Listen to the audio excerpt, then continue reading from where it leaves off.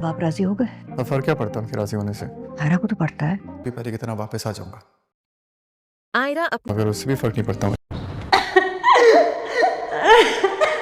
आयरा एक ऐसा फैसला करने जा रही है जो उसकी पूरी जिंदगी का रुख बदल देगा, मगर उस लम्हे उसे ये एहसास ही नहीं कि यही कदम आने वाले वक्त में इसके लिए सबसे बड़ी आजमाइश बन जाएगा।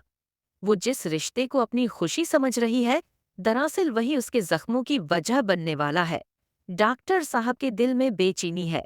वो आयरा को इस रास्ते पर जाते देखकर खामोश नहीं रह सकते, क्योंकि वो बखूबी जानते हैं कि कामयार के साथ बंधने वाला ये रिश्ता सुकून के बजाय तकलीफ लेकर आएगा।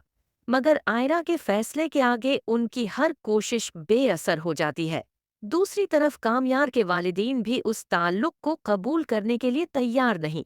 उन्हें अंदाजा है कि ये रिश्ता बुनियाद से ही कमजोर है, और जो इमारत कमजोर बुनियाद पर खड़ी हो वो ज्यादा देर कायम नहीं रहती।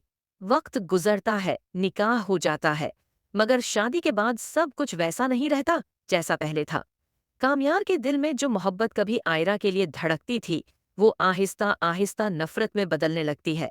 वो हर लफ्ज, हर खामोशी और हर बात का हिसाब लेने लगता है, जैसे माजी के किसी कर्ज की वसूली हो। दादी बार बार कामयार को समझाने की कोशिश करती है, उसे रोकना चाहती है, मगर इसके दिल पर जैसे किसी और ही जज्बे का कब्जा हो चुका होता है। वो किसी की बात सुनने के लिए तैयार नहीं होता। आयरा और कामयार जिस्मानी तौर पर एक ही छत के नीचे होते हैं, मगर दिलों के दरमियान फासले बढ़ते ही चले जाते हैं। जितना वो एक दूसरे के करीब आने की कोशिश करते हैं, इतना ही एक दूसरे से अजनबी होते जाते हैं। आखिरकार आयरा को सबसे बड़ा सदमा उस वक्त मिलता है जब उसके अपने वालिदैन उससे नाता तोड़ लेते हैं। वो उसे तुनहा छोड़ देते हैं, ऐसे जैसे उसकी जिंदगी और मौत दोनों उनके लिए बेमानी हो चुकी हों।